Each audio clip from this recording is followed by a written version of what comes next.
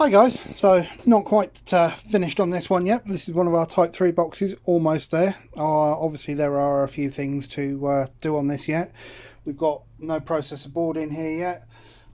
We've got no shroud over the SSR, and obviously no drive to it, and obviously no drive to the management unit either. So quick look at what we've got here. Excuse the mess. Obviously this has all got things plugged into it. We've got a via phone there, two cameras, and an old TP-Link access point, all up and running. Well, they were until I moved that.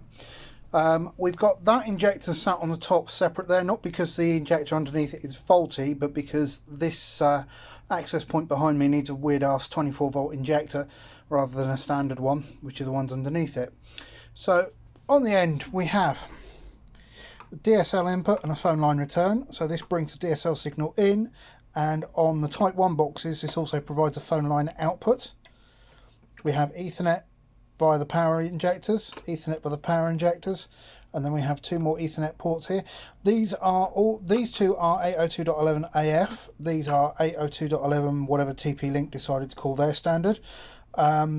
To be fair, we don't need the 48 volt injectors because the TP-Link stuff we use needs 48 volt injectors, works with AF.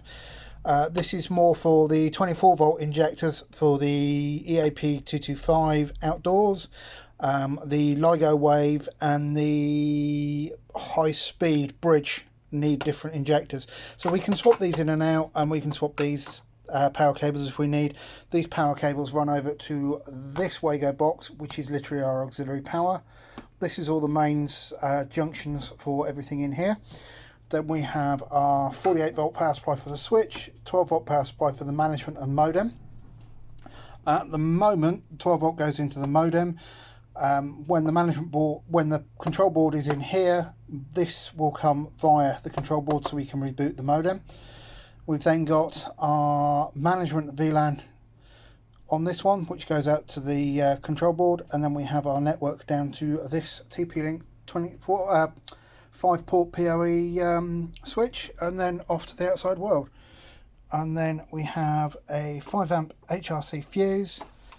We have a mains output that's controlled by the SSR, and we have our mains input, and these are all waterproof connectors. So this one is just about done. As I say, we need to sort out the boards. The problem I've got with the boards is we don't have the processors at the moment. This box will work as it stands, so I don't need to have any of the fancy extra bits. It just makes it easier to manage. So push comes to shove, this can go out and this one's done.